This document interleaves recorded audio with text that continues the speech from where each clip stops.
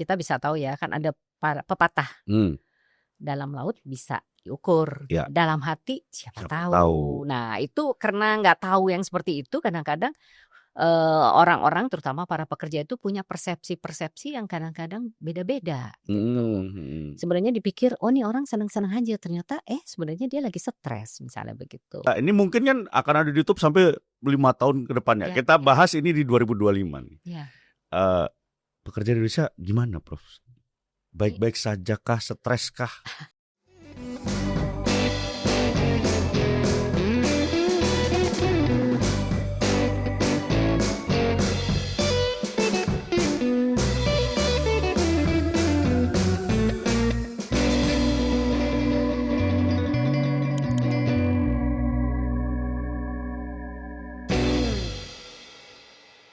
Halo Sobat Nadir, kembali lagi bersama saya Reno Fernandi. Tentu saja di Nadir Podcast, karena di sini semua hal bisa diobrolin aja. Cie, gimana hari ini, sehat nggak? Happy semua ya, mudah-mudahan happy. Dan senang banget hari ini saya bisa kembali nemenin Sobat Nadir semua, tentu saja atas kolaborasi antara Nadir Podcast dan juga Kaukus Masyarakat Peduli Kesehatan Jiwa. Kali ini spesial sekali Sobat Nadir, karena kita kedatangan salah satu orang, wah ini udah spesialnya tuh spesial banget. Jadi beliau ini adalah profesor pertama di bidang psikologi okupansi, khususnya psikososial. Dan masih satu-satunya di Indonesia. Wah, boleh tepuk tangan dong, tepuk tangan. Saya sangat dari tadi minder lihat keilmuan beliau ini. Tapi tanpa berlama-lama langsung kita sambut ini dia Prof. Dewi. Selamat datang Prof. Dewi. Prof, sehat ya Prof ya? Ya Mas Reno, makasih. Sehat ya? Ya, terima kasih. Luar biasa. Saya tuh ya sebenarnya kalau ketemu orang-orang yang luar biasa gitu, karena the one and only, the first and still the one and only profesor psikososial di Indonesia, Prof. Ya saat ini ya. Saat ini ya. Wow, apa sih Prof psikososial itu? Jadi kalau kita lihat psikososial itu kan sebenarnya gabungan dari dua kata ya, psikologis dan sosial. Jadi psikososial itu sebenarnya ya ada hubungan interaksi antara manusia dan juga dengan lingkungan sosialnya. Nah, mungkin yang kalau bidang saya ini memang khususnya lingkungannya itu di pekerja. Jadi lingkungan kerja. Jadi sebenarnya interaksi antar para pekerja itu di lingkungan kerjanya. Oh alah, itu psikososial tuh Iya, itu. psikososial di bidang saya ya. Iya. Gitu, kan. Tapi mungkin Sobat Nadir yang nonton ini ada yang nganggur, jangan minder ya. Karena mungkin belum kerja kan. Saya takutnya, wah nggak relate nih saya nganggur Prof gitu.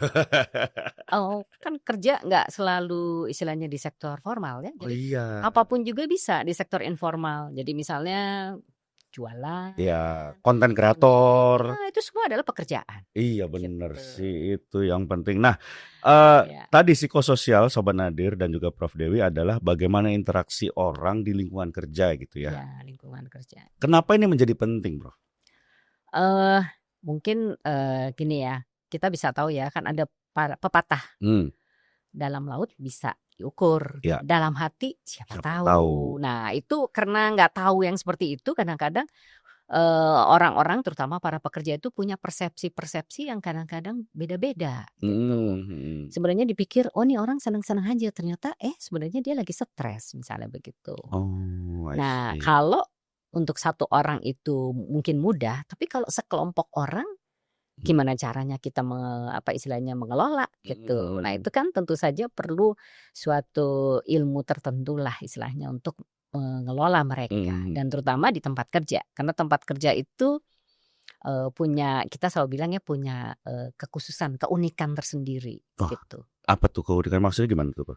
Jadi misalnya nih kalau di tempat kerja udah pasti kan jamnya tertentu ya, misalnya ya kan nggak 24 jam misalnya begitu. Terus kemudian mungkin ada jenis-jenis pekerjaan yang memang beda-beda. Jadi misalnya nih kalau jenis perusahaannya misalnya kita bilang nih oil and gas, kan tentu saja nggak sama ya dengan perusahaan yang misalnya manufacture untuk pembuat makanan misalnya. Itu kita bilang jadi punya keunikan sendiri-sendiri. Wow, jadi itu mempelajari semua sektor, Bro. Iya, jadi mesti tahu satu-satu gitu. Saya membayanginnya aja pasti gini, bayangannya ya Sobat Nadir ya. membahas atau mengetahui hal-hal tiap sektor aja udah sulit, ya kan? Iya. Sektor ini karakternya gimana, Iya, sektor ini karakternya. Iya. Dan profesor itu mengetahui semuanya dan punya ilmunya itu kan. Ya mungkin karena jam terbang juga kali ya. Hmm, Jadi kan belajarnya nggak langsung brek sekaligus, iya, tapi iya. dikit-dikit. Kalau aku tarik dikit Prof, mungkin ya, Iya. ini agak lebih personal. Kenapa tertarik Prof? Mungkin pertama-tama gini, saya kebetulan gitu ya, pada saat setelah saya lulus gitu, saya bilang saya nggak mau kerja yang di dalam, istilah kita di dalam ruangan itu kayak di dalam klinik gitu ya. Iya. Saya mau sesuatu yang memang berbeda, istilahnya bilangnya beda dengan teman-teman yang lain, teman-teman dokter yang lain. Tapi saya juga tidak mau hilang ilmu medisnya gitu. Terus kemudian cari, oh ini kayaknya jauh lebih menarik karena saya melihat suasana atau lingkungan yang beda, kan lingkungan kerja. Jadi saya mempelajari, oh kalau di sana tuh kayak gini ya proses kerjanya. Sebelah sini, oh begini ya, oh lingkungannya beda ya. Jadi saya bilang tadi di manufacture sama yang namanya di kantoran nggak sama, di rumah sakit juga beda, misalnya begitu. UMKM pun yang saya bilang mungkin yang Anda bilang tukang jualan gorengan segala macam itu juga punya sesuatu yang unik gitu untuk dipelajari. Benar. Sehingga saya bilang, oh ini kayaknya nih ilmu yang menurut saya di Indonesia tuh belum didalami lah sama semua orang. Padahal penting banget ya kan? Iya, karena saya prinsipnya saya kepengen bantu mereka loh. Paling nggak tuh mereka ya harus tetap sehat lah kalau kerja gitu. Iya. Waduh, itu luar biasa sih. Motivasinya udah bukan ke diri sendiri lagi, udah geser ke gimana caranya service the community gitu. Ya kebetulan aja Wow, saya sih kayaknya tidak sampai ke situ. Tapi makanya saya di Departemen Ilmu Kedokteran Komunitas, kita bilang community. Iya. Nah ini komunitas untuk khusus pekerja. Begitu. Wah gila, luar biasa. Beruntung sekali Indonesia punya Prof Dewi dan teman-teman di sana untuk mengurusi Indonesia ini Prof. Tapi emang nih kalau kita lihat pekerja Indonesia Prof, secara garis besar nih, kita ini mungkin kan akan ada di YouTube sampai 5 tahun ke depannya. Kita bahas ini di 2025 nih. Pekerja Indonesia gimana Prof? Baik-baik saja kah? Stres kah? In general. Oke. Kalau mau dibilang apakah baik-baik saja, sebenarnya enggak juga gitu ya. Jadi mereka mau dibilang, tapi kalau dibilangin enggak baik sama sekali enggak juga. Jadi sebenarnya ya sangat tergantung dengan mereka. Tapi kalau memang isu yang sekarang ini sedang booming, terutama dari 2024 itu adalah tentang kesehatan mental di kalangan para pekerja. Kenapa ini dianggap penting? Karena kita tahu bahwa banyak hal seperti misalnya pengendalian dari kita sebutnya hazard ya. Hazard itu artinya exposure yang ada di tempat kerja. Kebanyakan tuh bisa dikendalikan. Tetapi khusus untuk psikososial ini agak beda pengendaliannya. Karena menyangkut orangnya langsung gitu. Jadi nggak di lingkungan kerja. Sementara kalau yang lainnya, kita kan bilang ya kalau di dalam ilmu kedokteran okupasi atau kedokteran kerja kita bilang ada 5 exposure yang mesti kita tahu. Ada yang kita bilang exposure karena fisika, kimia, terus kemudian ada juga biologi, ergonomi, dan satu lagi adalah psikososial. Nah, yang 4 itu kita kalau bisa melakukan intervensi pada umumnya tuh pada lingkungan kerjanya. Sebagian besar ya. Tapi kalau psikososial itu kayaknya hubungannya langsung manusia gitu. Jadi ya agak susah-susah gampang seperti yang tadi saya bilang ya, peribahasa dalam hati siapa tahu. Iya benar. Kita nggak tahu gimana begitu. Nah itu memang sampai saat sekarang pun saya rasa sih tidak ada yang 100%. Oh saya bisa mengendalikan. Saya rasa belum ada. Iya sih benar-benar. Dan bisa berubah-ubah terus kan. Itu dinamis yang saya bilang. Jadi bulan ini mungkin dia lagi seneng, bulan depan tiba-tiba mungkin dia secara mental gitu, secara psikisnya. Misalnya lagi I'm not okay misalnya. Bisa gitu. Ya. Jadi up and down saya bilang. Wah gila, dinamis sekali berarti itu tiap apa. Dan sebagai sebuah kebijakan jadinya, sebagai misalnya aku punya perusahaan gitu ya Prof ya, punya karyawan 1.000 misalnya gitu. Mungkin kebijakanku di tahun ini akan beda dengan tahun depan gitu kan? Iya. Jadi yang untuk khusus nih untuk kita bilangnya gini ya, kalau kita misalnya ada stres, itu pasti ada penyebabnya. Penyebabnya itu kita bilang adalah stresor. Nah, Ya. ini kita sudah artinya negara kita itu sebenarnya juga sudah cukup baik ya. Jadi ada awareness tentang hal itu. Sehingga ada memang peraturan terutama dari Kementerian Tenaga Kerja yang mewajibkan semua tempat kerja itu harus mengukur stresor dari para pekerjaannya. Dan itu dilakukan setahun sekali. Wajib sifatnya. Wajib. Oke. Jadi setahun sekali mereka mengukur stresor tuh. Nanti dari stresor itu kita bisa lihat. Ini stresor ya, belum tentu orang itu jadi stres, belum tentu. Benar. Jadi baru kita cuma ngukur, oh orang ini kalau ada yang seperti itu misalnya kerja kebanyakan, oh bikin dia jadi stres misalnya begitu. Tapi kalau orang lain belum tentu. Ya.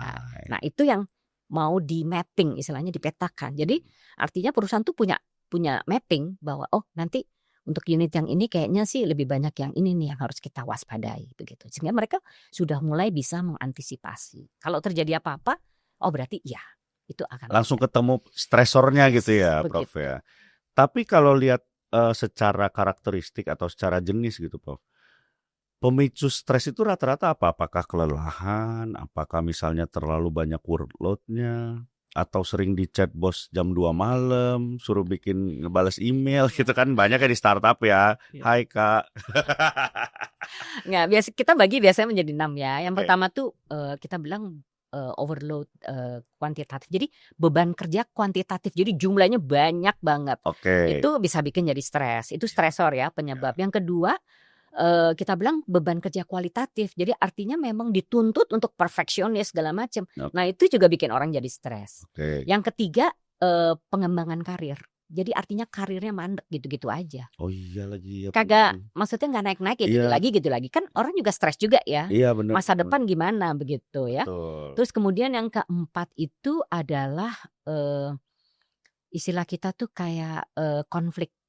Jadi artinya ada konflik peran. Jadi ini sebenarnya saya ini jadi bos apa jadi OB ya. Itu juga bikin kita jadi stres ya. Oh iya. Terus kemudian satu lagi itu maaf. Yang kedua itu yang konflik, bukan konflik perang. Kalau konflik perang itu artinya kita bingung nih kita suruh ngapain. Tapi kalau yang satu lagi itu adalah kita bilang tuh kita bingung. Kita sebenarnya bos atau karyawan tadi. Itu yang kita bilang itu dengan ambiguity lah, perannya tuh bingung, role of ambiguity. Nah itu kita nggak tahu nih, kita sebenarnya job desk-nya apaan nih gitu. Iya. Jadi kalau misalnya semua disuruh sama kita ya kita juga pusing juga lama-lama jadi stres.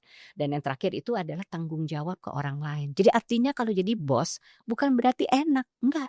Kan Anda tanggung jawab dong dengan pegawai-pegawai di bawahnya.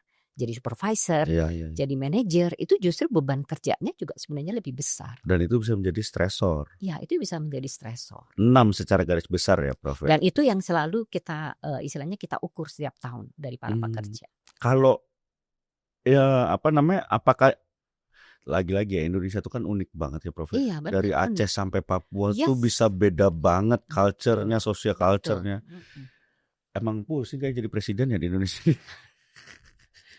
Kalau mau dibilang pusing, iya. Kan? Jadi artinya ya bisa dimengerti lah gitu. Kenapa jadi pusing? Karena penduduknya banyak, budayanya berbeda-beda. Terus kemudian nanti turunan ke bawahnya juga belum tentu sama. Gitu. Dan maksudnya jadi kayak kalau kita lihat di level policy maker gitu kayak kayak tadi misalnya Kementerian Tenaga Kerja, dalam hal ini pemerintah ataupun misalnya dinas-dinasnya juga kan bingung juga ya, Prof. Maksudnya ini di Jawa Barat. Kawan-kawan pekerjanya stresornya mostly misalnya katakanlah lagi di fatigue gitu misalnya atau di beban kerja. Tapi nanti teman-teman pekerja di NTB beda lagi gitu kan lah. Terus di level nasional kita harus bikin apa nih kebijakan?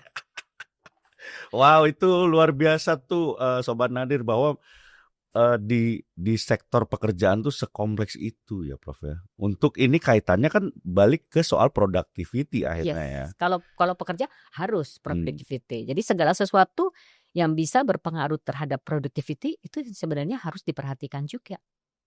Itu baru dari sisi stresor ya, belum yang lain-lain. Maksudnya itu di tempat kerja ya. Belum yang ada di rumah. Iya. Atau di lingkungan sosial itu juga berpengaruh. Waduh. Karena kita juga punya beberapa penelitian yang kita sebut dengan work family conflict. Jadi apakah memang pekerjaan itu terpengaruh karena adanya masalah di rumah atau masalah di pekerjaan berpengaruh ke rumah. rumah. Ini kehadiran Prof Dewi ini ya di satu sisi bawa ilmu yang luar biasa, tapi di sisi lain tuh kalau ngobrol sama orang pintar gitu Prof, saya tuh bawa ilmu yang luar biasa tapi bawa masalah yang ternyata gini loh masalahnya tuh gitu, kayak jadi serius sekali. Itu juga baru bicara soal tapi itu in general masih Prof, belum per sektor ya. Belum per sektor. Di per sektor lain lagi. Kita mostly Indonesia tuh manufaktur ya masih ya Prof ya? Apa nih untuk sektor pekerja itu adanya di manufaktur ataukah udah di sektor jasa sekarang kebanyakan? Kalau kita mau lihat dari data yang ada, sebenarnya sih yang paling banyak itu di sektor jasa ya. Jasa ya memang. Jadi aneh ya. Iya ya. Enggak, jangan salah. Itu mungkin karena pengaruh dari krisis moneter dan lain sebagainya. Tapi emang bukan manufacture. Justru manufacture itu kalau di sini ya, yang paling itu adalah sektor jasa banyak. Ini Indonesia, iya. Indonesia tuh berarti mayoritas pekerjaannya sektor jasa, Prof. Tapi jasanya tuh bisa macam-macam ya, dari pedagang sampai yang misalnya jasa untuk bekerja di sektor pertanian, kehutanan gitu. Iya. Yang buruh taninya apa gitu. Iya, harusnya sih kalau mungkin kalau buruh tani itu karena ya rentan sekali ya, kalau itu justru pekerja-pekerja yang rentan malah di sektor-sektor yang mayoritas ya. Jadi kalau kita mau bagi sektor informal dan formal, kita di Indonesia informal lebih banyak ya. Iya, itu sedihnya sih, aduh. Jadi ada jadi hampir 58% itu adalah sektor informal. Aduh, itu rentan sekali kita negara ini sebenarnya Prof ya, iya nggak sih? Iya. Rentan si pekerjanya, ekonominya. Kita juga agak. Tapi mungkin ada positifnya juga ya. Jadi karena sektor informal kan kita lebih pakai rupiah daripada pakai dolar. Iya benar. Jadi ya yang beredar itu banyakkan rupiahnya begitu. Dan memang sih udah terbukti di krisis 2008 kita bisa sustain. Ya, di 98 juga kita bisa survive. Bisa survive gitu. Tapi di sisi lain ya sebenarnya jadi agak sulit untuk pekerjaannya justru kan Prof, kalau kita di informalnya nggak sih kayak? Mungkin pola pikirnya beda kali ya Mas Reno. Jadi kalau di sektor informal mereka tuh mikirnya gini, syukur alhamdulillah saya masih bisa kerja, masih bisa menghasilkan uang. Jadi untuk kesehatan, untuk keselamatan itu mungkin mereka menjadi second ya istilahnya. Iya. Yang kedua, yang pertama saya bisa kerja, saya bisa dapat uang. Iya, itu yang seringkali terjadi seperti itu. Jadi biasanya kita selalu memberitahu kepada terutama adalah para pemberi kerja itu untuk ya lebih memperhatikan lah paling enggak tuh tentang K3-nya ya, kesehatan dan keselamatan kerja dari para pekerjanya.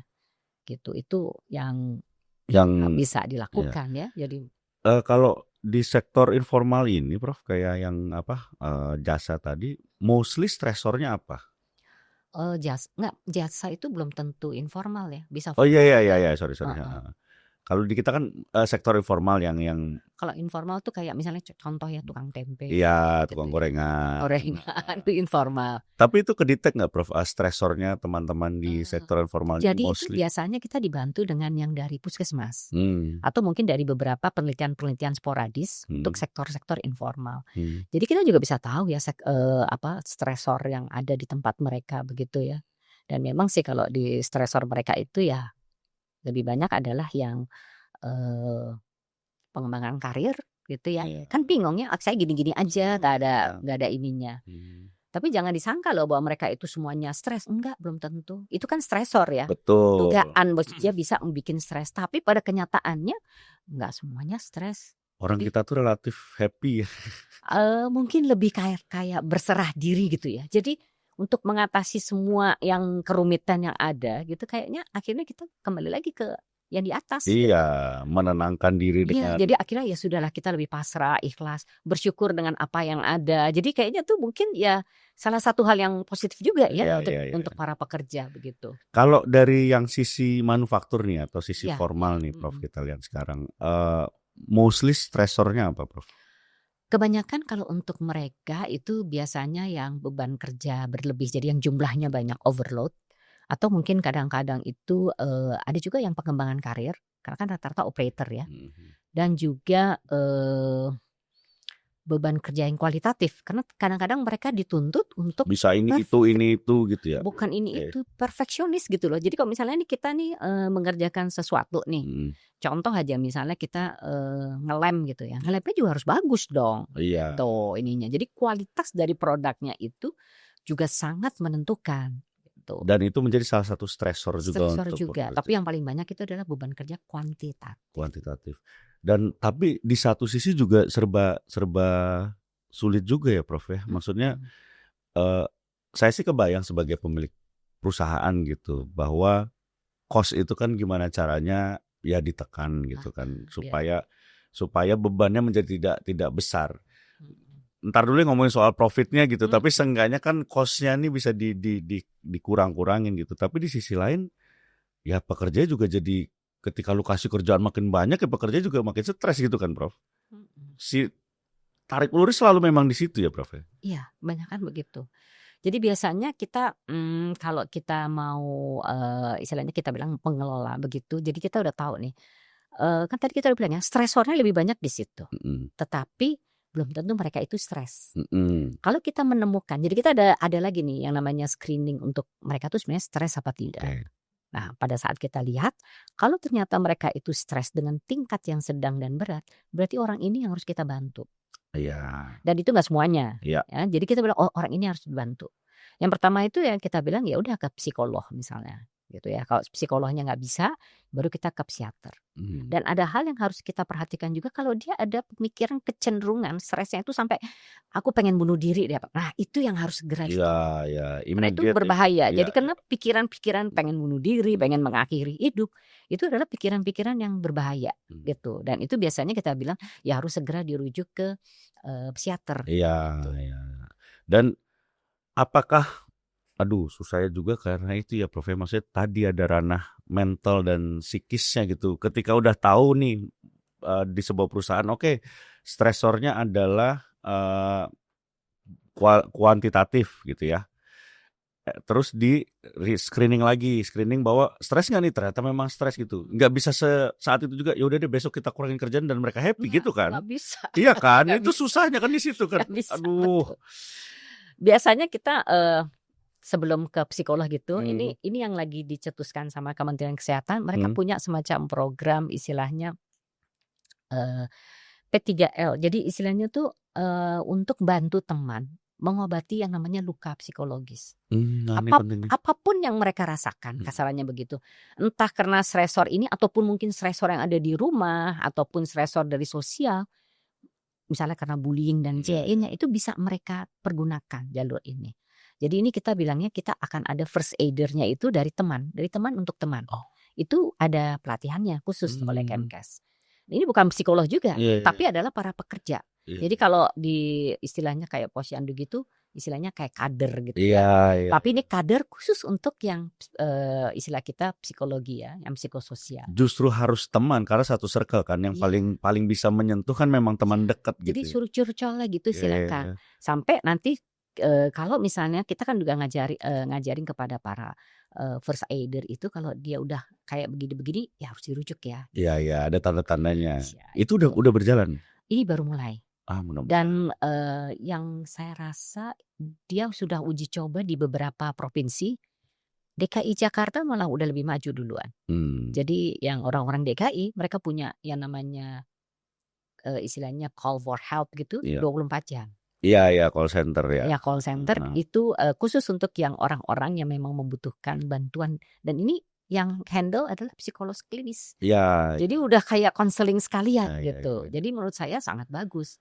Bisa diadopsi di provinsi lain ya. Bahkan sampai level ya kabupaten kenapa enggak gitu kan. Kabupaten kota kenapa enggak. Itu yang saya lihat di Jakarta. Jadi 24 jam. Jadi mereka silakan telepon mau curcol. Apa kan biasanya pengen curcol ya. Iya.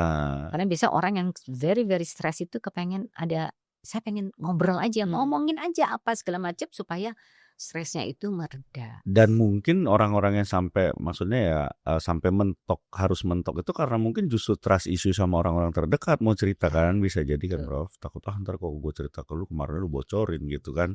Dan itu penting tuh sih ini berita ini menjadi berita penting Sobat Nandir bahwa pemerintah melalui Kemenkes sudah akan menjalankan kebijakan itu. Kita doakan. Jadi kalau ada teman-teman, karena kita yang pertama kali menerima sinyal itu kan orang terdekat ya, Prof. Iya, betul. Kayaknya lagi nggak. Kayaknya lo lagi not oke deh. Iya Kita gitu sama dia. kan. Iya.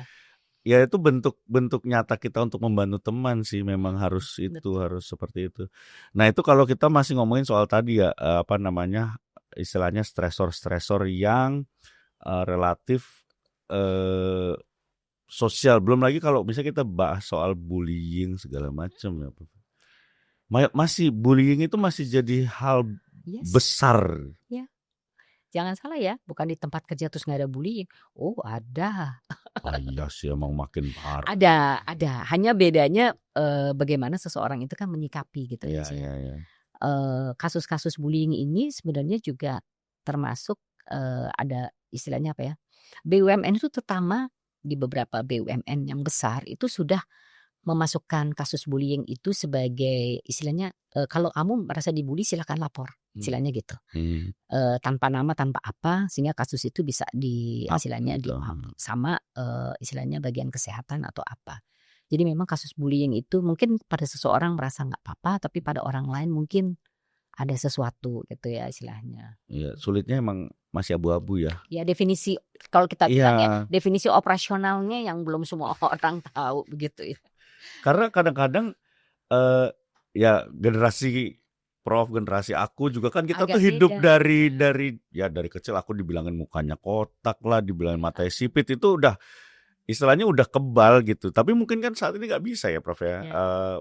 Ada misalnya ketemu orang gitu bilang, wah lu gendutan, ada yang langsung aduh gitu. Emang terus gimana cara memformulasikan itu? Kapan bahasanya sederhana gini mungkin Prof.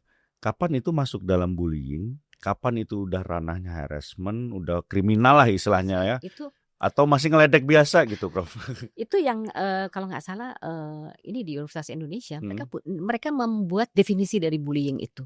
Jadi mereka udah bilang bullying itu apa segala macam. Jadi kalau misalnya terjadi sesuatu kayak gitu dibalikin lagi ke aturan yang ada begitu. Jadi mungkin beberapa tempat agak sedikit berbeda-beda.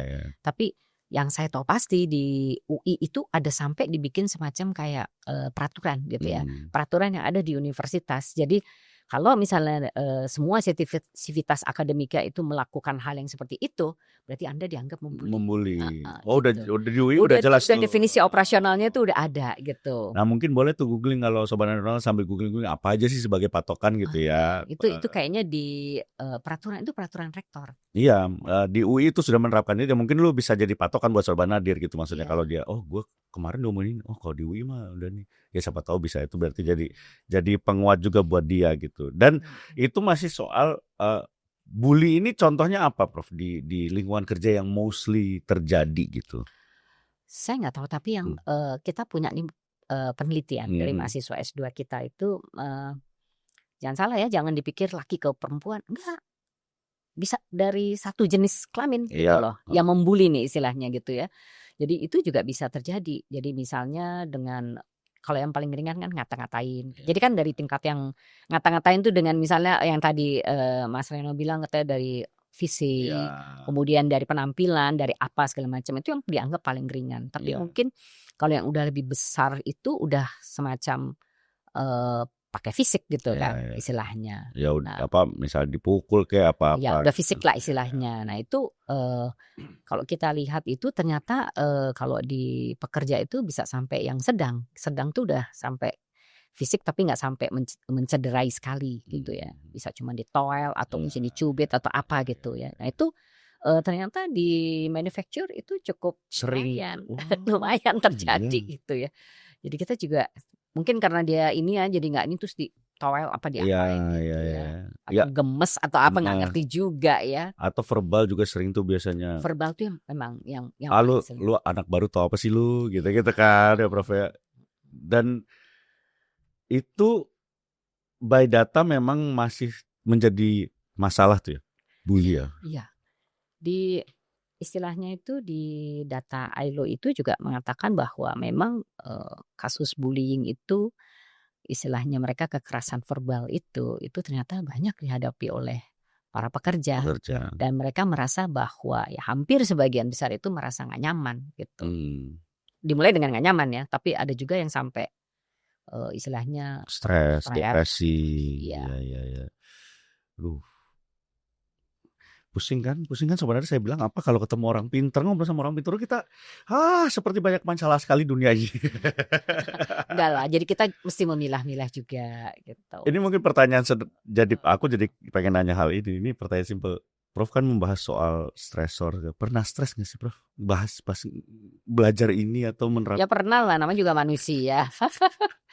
Semua manusia nggak mungkin nggak stres. Iya. Saya mau bilang gitu. Kenapa? Karena kita kan hidup. Iya benar. Jadi kalau kita nggak ada stres, berarti kita nggak hidup.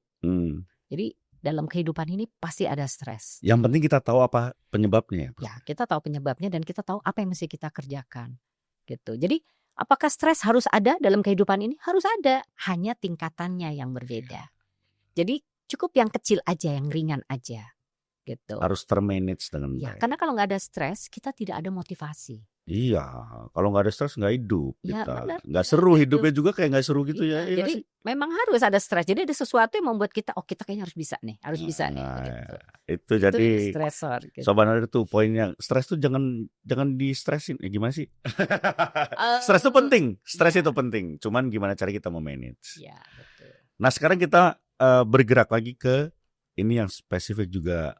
Ini harus kita bahas. Bagaimana dengan pekerja atau buruh perempuan di Indonesia? Apakah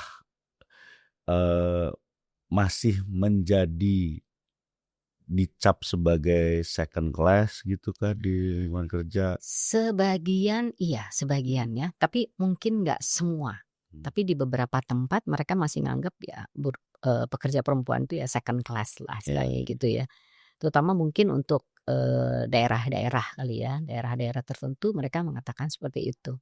Padahal kalau kita lihat pekerja perempuan, kalau saya selalu menyebut mereka tuh superwoman. Iyalah. Karena ngerjain semuanya gitu ya.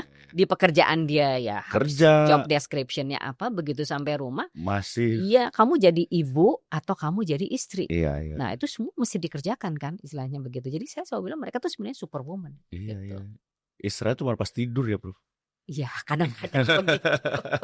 Dari melek udah langsung aduh masak buat suami apa, masak buat anak-anak apa gitu. Jadi sebenarnya tuh justru mereka itu kalau menurut saya mereka pekerja-pekerja yang tangguh. Iyalah, iya. Dan apakah pekerja-pekerja perempuan di Indonesia ini sekarang ini ya let's say di tahun ini beberapa tahun terakhirnya apakah sudah menuju ke arah yang diperlakukan atau diperhatikan oleh negara atau oleh perusahaan ini dengan lebih baik gitu maksudnya sebagai? Menurut saya sih sudah mulai lebih baik ya. Kan mungkin ada beberapa peraturan ya. Jadi yang saya tahu tuh kayak misalnya contoh anggota parlemen harus sekian persen, 30% perempuan. Iya. Kemudian kayak di beberapa perusahaan-perusahaan itu mereka juga bilang harus sekian persen itu perempuan. Jadi memberikan kesempatan untuk pekerja perempuan itu bisa istilahnya berkarya lah di situ gitu ya. Nah, tentu saja dengan prasyarat-prasyarat yang memenuhi begitu. Jadi mereka memberikan kesempatan-kesempatan itu. Dan juga mungkin istilahnya kalau yang di sektor UMKM kan kita tahu ya kayak mbok-mbok apa segala macam, justru mereka yang saya bilang benar-benar pekerja tangguh. Iya gitu. Dan hebatnya tuh pasti kalau kayak aku nggak tahu yang membahasakannya jadi biar nggak terkesan ini. Tapi kalau pekerjaannya tuh perempuan lebih telaten, lebih ulet gitu loh, ya nggak sih? Ya secara garis besar dianggapnya seperti itu begitu. Lebih rapi, misalnya apik gitu kan. Kalau pekerja wanita, mostly pekerja wanita Indonesia ini, Prof, stresornya tuh apa? Kalau di lingkungan kerja misalnya katakanlah di manufaktur atau di nomor satu kan beban kerja. Oke. Yang kedua itu yang kita bilang adalah kayak burnout. Ya kan capek ya. Iya. Gue mesti ngerjain semua gitu. Dan juga ada yang namanya kecemasan gitu kan. Karena kadang-kadang anxiety. Ya anxiety atau kecemasan. Bingung kan saya mesti ngapain nih gitu kasarannya. Beban kerja yang double. Terus kemudian ada stresor di tempat kerja. Apakah ini aku nggak tahu ya Prof ya, apakah kalau dulu kan itu ada semacam stigma yang bilang, khususnya di Indonesia lah ya, istri mah nggak usah kerja biar suami aja yang kerja. Dulu kan ada itu tuh. Nah sekarang kan ada juga, selain memang karena keinginan dari perempuannya untuk memang ya gue harus punya karir, gue harus punya pemasukan, gue harus punya value gitu. Tapi kan kita juga nggak bisa menafikan bahwa banyak yang terpaksa harus membantu bekerja untuk income source tambahan gitu. Apakah itu jadi kayak semacam dia pas kerja, aduh gue tuh harusnya nggak mau kerja tapi karena gue butuh pemasukan. Itu menjadi stresor awal nggak tuh, jadi kayak akumulasi? Mungkin kalau dianggap stresor awal mungkin iya. Jadi yang tadi saya bilang kan ada work family conflict gitu. Dia kan butuh income istilahnya. Jadi stresornya ini sebenarnya bukan dari tempat kerjanya dulu nih. Dia stresor emang dari rumah. Dituntut untuk bisa mendapatkan uang lah istilahnya gitu ya. Untuk menambah apa istilahnya perekonomian dari rumah tangga. Sementara di tempat kerja ya tergantung job description-nya dia, itu ada lagi tuh stresornya yang tadi saya bilang gitu. Kebanyakan kalau pekerja perempuan itu kalau di sektor let's say manufaktur itu lebih banyak kan di sektor apa? Apakah misalnya perbankan kah atau di Indonesia? Kalau di persebarannya gimana, Bro? Kalau di manufacture itu mereka banyak kan kayak misalnya di pabrik-pabrik makanan, terus kemudian ada di pabrik misalnya garment gitu ya. Iya, terus kayak auto parts kayak gitu-gitu. Jadi saya juga pernah nanya kenapa sih banyak perempuan? Ya karena yang tadi dibilangin mereka lebih teliti ya, lebih ya kalau kerja. Jadi mereka para manajemen itu mengatakan seperti itu. Problem problem di sektor manufaktur itu berbeda nggak, Prof, dengan problem pekerja perempuan di kantoran misalnya? Beda Atau di perbankan misalnya kayak beda banget. Kita bisa ngelihat perbedaan tuh dari job description. Oke. Jadi kalau dari job description itu pasti nanti kita akan lihat exposure yang ada di lingkungan kerjanya apa. Pasti beda dong. Iya. Ya. Jadi artinya kita tahu dong job desk orang jadi operator gitu ya, yang pasang-pasang gitu ya dengan yang pekerja kantoran pasti beda. Kalau yang di operator rata-rata nggak pakai AC, mungkin kipas angin aja misalnya begitu atau apa. Jadi terus lingkungannya ya gitu deh gitu kasarannya. Jadi kan kita bisa lihat. Tapi ada juga yang bagus lingkungan dari manufacture segala macam. Tapi istilahnya mereka dituntut untuk bekerjanya tuh 8 jam duduk terus, kemudian tangannya gitu terus nah, itu kalau di operator ya.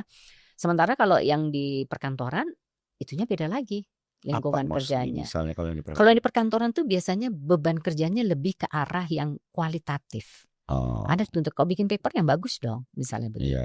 Kalau misalnya ini harus bisa ini dong. Jadi kualitasnya yang harus diinikan. Sama yang tadi saya bilang adalah karir mentok. Karirnya mentok. Terus yang dibilang ini sebenarnya ini kita jadi apa sih gitu ya istilahnya. Jadi atau konflik istilahnya ada konflik gitu ya. Jadi istilahnya saya berkonflik dengan atasan, dengan teman atau apa. Itu juga biasanya sering terjadi ya kalau di pekerja kantoran. Mungkin ngerumpinya lebih banyak jadi sehingga omongan orang jadi lebih ini kalau di kantor kali ya.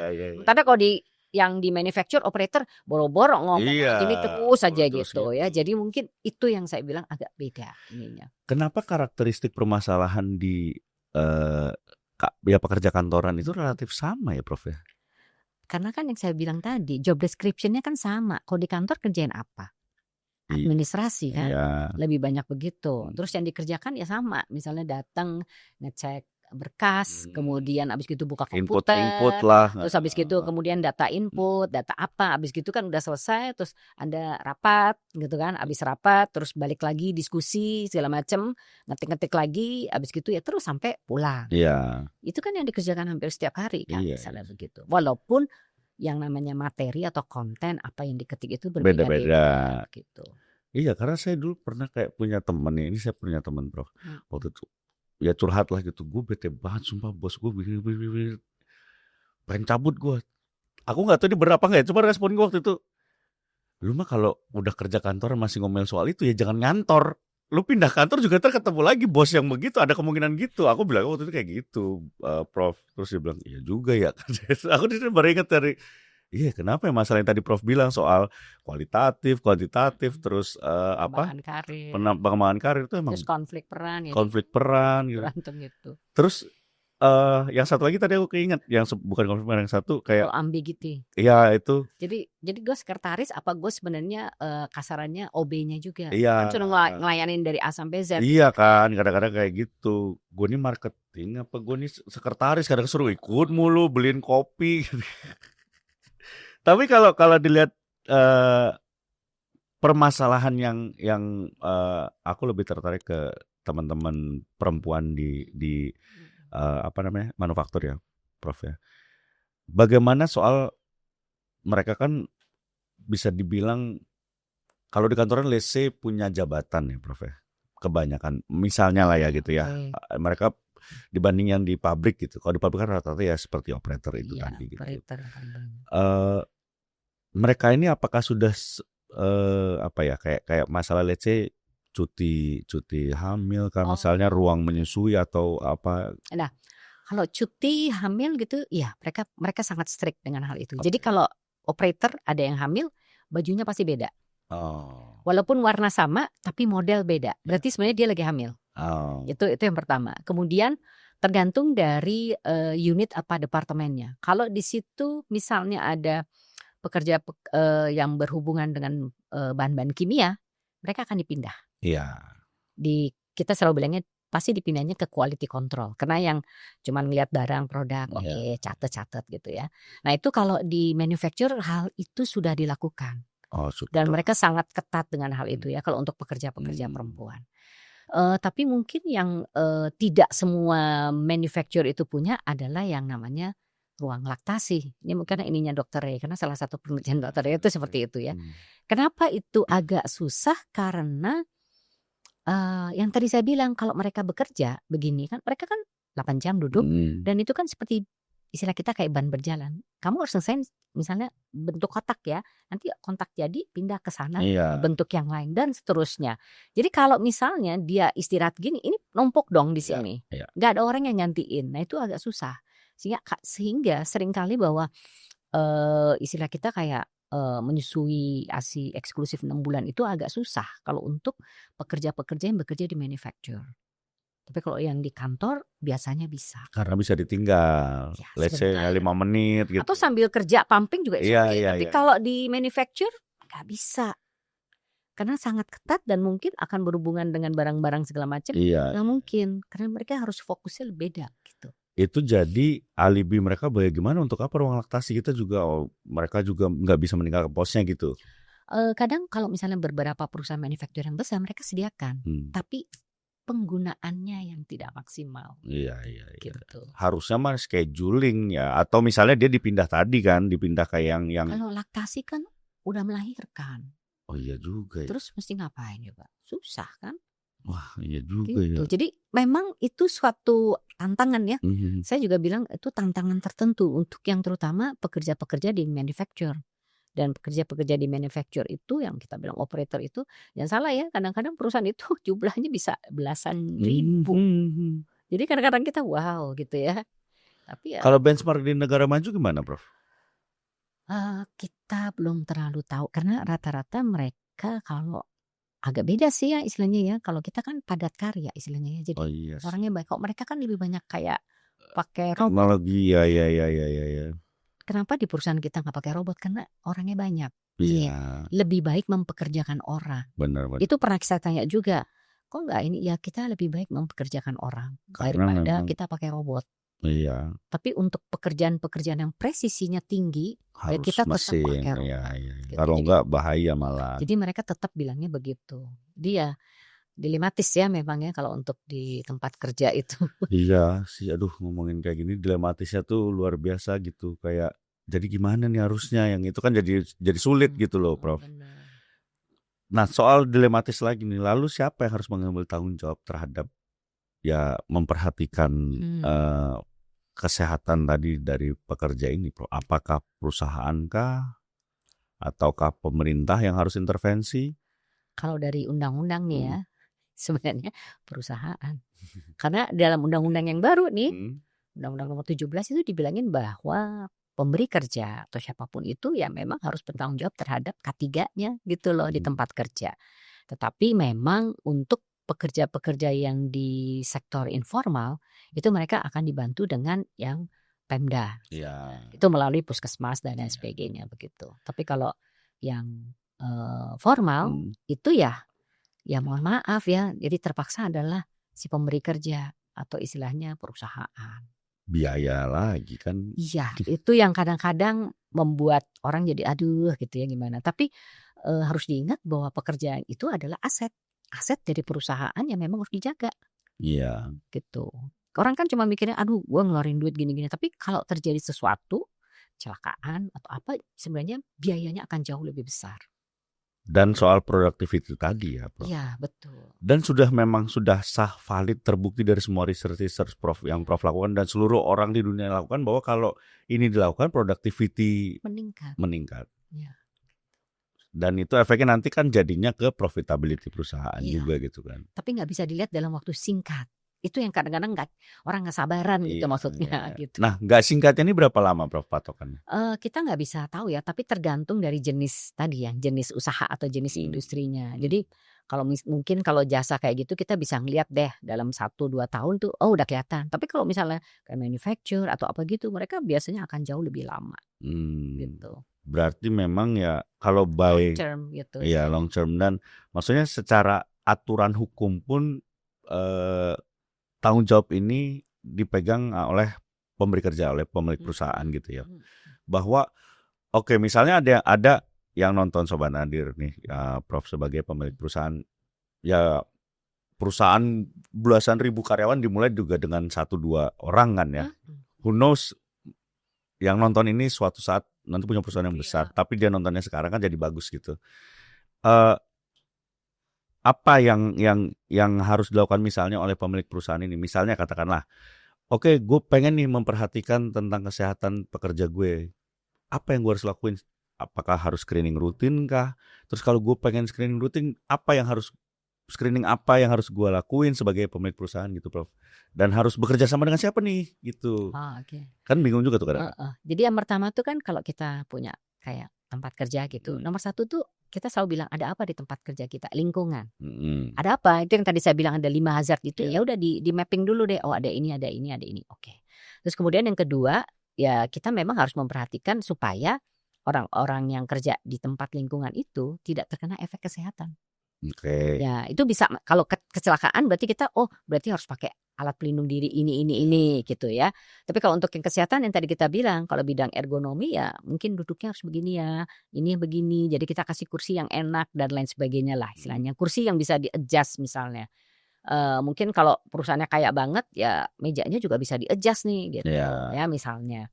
Terus kemudian setelah itu baru kita lihat, ini kita perlu nih pemeriksaan kesehatan pekerja setiap tahun. Karena pemeriksaan kesehatan pekerja setiap tahun itu sebenarnya sudah ada aturannya. Kan harus medical check up setiap tahun. Benar. Hanya jenisnya seperti apa. Itu yang tidak dijelaskan secara eksplisit ya. Tapi minimum tuh adalah kita tahu ada apa di situ dan itu bisa menimbulkan efek apa, maka kita biasanya periksa yang mendekati hal seperti itu gitu. Berarti saya potong, Prof.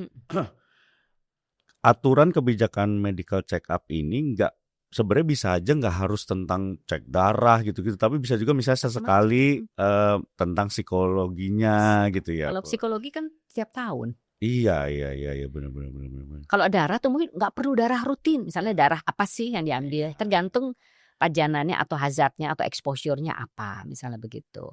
Terus pemeriksaan fisik ya iya kan mesti dicek dong semuanya misalnya gitu. Terus abis gitu apa lagi? Kalau misalnya di situ bising-bising gitu, berarti harus periksa telinganya, kayak audiometri. Terus di situ banyak debu gini-gini, ya berarti periksa lah spirometri gitu. Nah, itu makanya sangat tergantung dengan tadi aku bilang job description-nya apa, di situ ada apa. Baru kita lihat mau periksanya seperti apa. Tanya mesti kemana? Iya. Siapa yang harus aku datang kemana nih Prof Dewi? Nah itu biasanya ada beberapa rumah sakit ataupun beberapa klinik yang memang menawarkan hal seperti itu. Nah memang yang kita selalu bilang ya harusnya klinik yang berhubungan dengan pekerja begitu. Jadi ada klinik kesehatan kerja ataupun misalnya rumah sakit yang memang punya poliklinik khusus untuk kedokteran okupasi atau kedokteran kerja. Jadi di beberapa daerah juga sudah ada. Tuh. Di Jabodetabek malahan rumah sakit swasta yang sebenarnya punya pelayanan seperti itu. Karena mereka udah istilahnya menangkap, oh ini bisnis bagus nih untuk pemeriksaan poliklinik kedokteran okupasi atau poliklinik kedokteran kerja. Iya, melihat peluangnya lebih cepat gitu ya, Iya. Prof. Tapi kalau ini untuk terakhir nih, Prof. Dari tadi kita sudah bahas tentang sektor manufaktur, informal, terus kantoran. Aku jadi gatel pengen ngebahas gimana di dunia pekerja BUMN atau pemerintah, mereka happy-happy kayaknya ya, atau tetap ada stres? Tidak seperti yang dilihat. Iya. Maksudku tidak seperti yang dilihat. Kalau kita bandingin lah gitu maksudnya dengan multinational company, let's say ya tadi misal buruh, pabrik, terus multinational company, terus pemerintah dan BUMN. Kalau secara overall mereka it's okay, tapi jangan salah ya, tetap ada beberapa yang memang kurang gitu, tidak oke lah istilahnya. Jadi itu kan normal ya, ada tetap yang tidak oke gitu. Jadi tidak 100% oke, saya mau bilang gitu. Tetap ada yang tidak oke. Karakteristik stresornya masih sama karakteristik? Secara garis besar hampir sama. Jadi beban kerja yang kuantitatif, kualitatif, pengembangan karir gitu. Untuk menutup ini, Prof, mungkin masih ada di sini yang penonton Sobat Nadir yang mungkin dia seorang pekerja yang di kantornya juga masih menghadapi hal-hal yang ya bikin dia stres gitu ya, depresi, even ya sampai depresi kan udah parah lah gitu ya.